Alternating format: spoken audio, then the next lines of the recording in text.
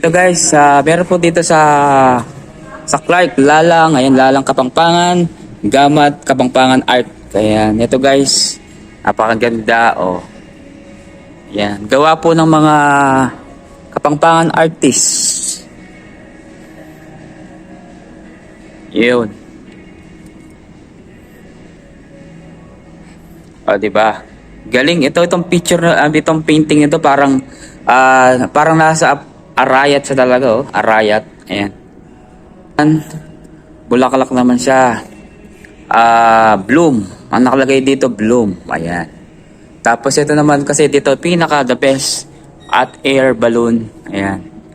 At air balloon. Kasi dito sa Clark ginaganap yan lagi. Hindi ko lang alam kung anong month to araw. Ito naman guys, ang painting na to ang galing. 'Di ba? After the day's work sabi niya. Ayan. Okay. Ito guys, ito naman parang at air balloon siya na with sa may dagat siya. Hindi ko alam dagat ba to or irrigation. Pero maganda yung ano niya guys. Oh. Ayan.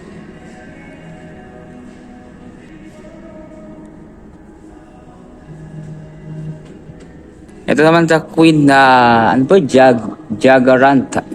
Ang ibig sabihin nito guys, Queen of Chess. Queen of Chess siya. Ayan.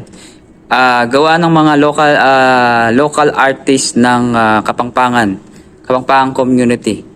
Yan. Ito mas malupit. Ito yung parang bato guys na ang gawa naman nito ay perlas ning alaya. Ayan, perlas ng alaya guys. Ayan. Galing 'di ba? Yan po. Gawa po ng mga Kapampangan artist dito sa Pampanga. 'Di ba? Ang galing. Ito naman po ay gawa din ng Kapampangan community, mga local artists of painting. Ang naman nito guys, Pasko. Yan. Ito guys, ang pinaka the best guys. Ito yung pinaka ng mga Kapampangan yung Ing Indo. Ing Indo guys. Kasi may kanta to, alam ko eh. Ing Indo. Yan po. Parang yung mother and son or mother and daughter. Ganda guys.